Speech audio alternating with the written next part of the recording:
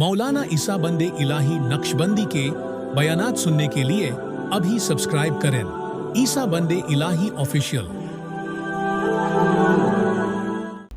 नबी करीम जनाब सरकार दो आलम सल्लल्लाहु अलैहि वसल्लम के करीब सहाबा बैठा करते थे। सहाबा ने नबी से किस तरह इल्म को हासिल किया, दीन को किस तरह हासिल किया, उनके दिल में पहले तड़प हुआ करती थी।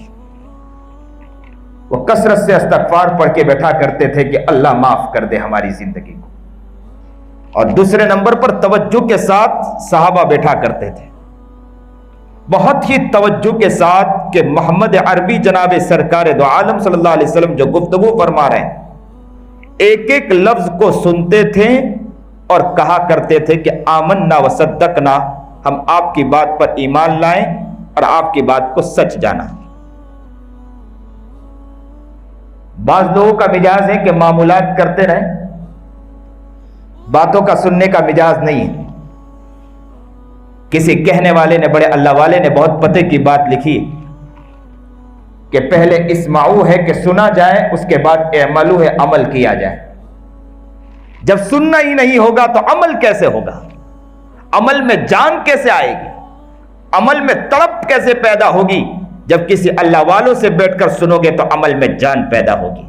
सहाबा इकराम रिज़वानुल्लाह ताला अलैहिम लंबी लंबी रातों को नमाजें पढ़ा करते थे, लेकिन अमल में जान पैदा करने के लिए क्या किया करते थे?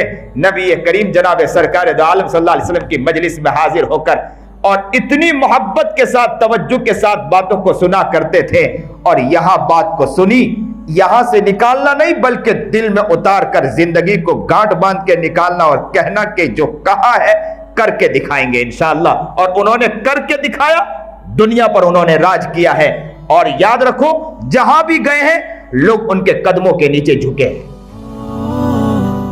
सुनने का ज़ौक़ हमारी जिंदगी से खत्म हो चुका है।